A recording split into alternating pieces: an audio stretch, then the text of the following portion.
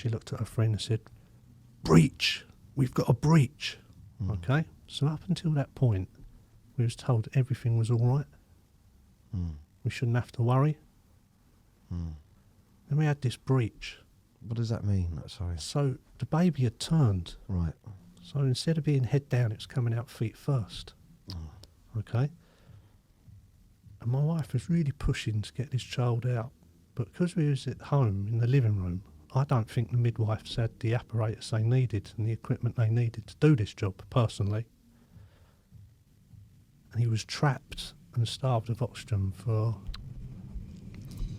about 28 minutes. And I remember the midwives arguing, saying, we've got to get him out. And by that time, we had had more midwives turn up, paramedics.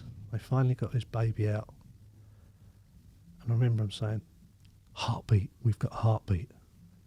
And in that moment, I thought, oh, yes. There's a bit of hope. I thought, yeah, okay, good.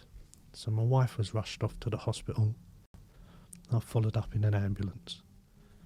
And our little son, Jacob, so he was put in the ICU unit.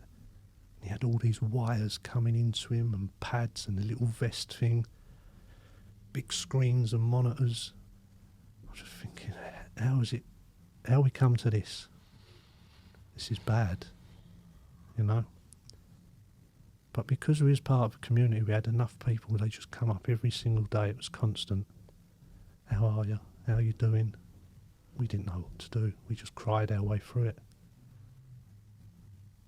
He was the poorest baby on the ward, we got told, and they moved him to another room.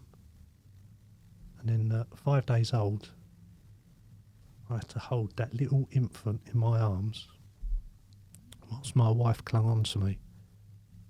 And he tried to take a few breaths. He didn't even take a breath and he just died.